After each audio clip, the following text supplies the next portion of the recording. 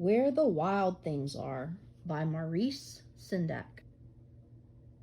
The night Max wore his wolf suit, he would make mischief of one kind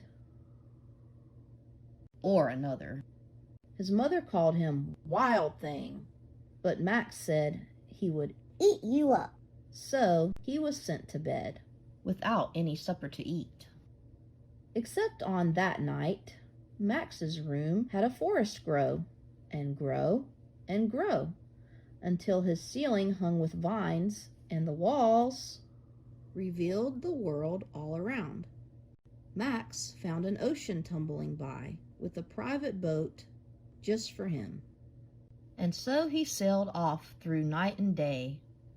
In and out came weeks and almost over a year, until he found where the wild things are.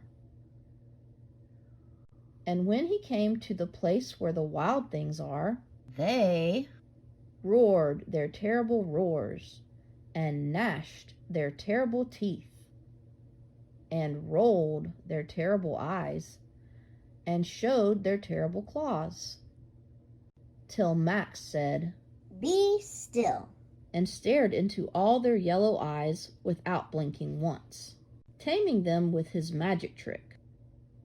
They became very frightened and called him the most wild thing of all. Max was made the king of all wild things. "And now," cried Max, "let the wild rumpus start." The wild things danced and played and marched with their king. "Now stop," Max said, and sent the wild things off to bed without their supper. And Max, the king of all the wild things, was lonely and wanted to be where someone loved him best of all. It was then, all around and from far across the world, he smelled good things to eat. So he gave up on being king of where the wild things are.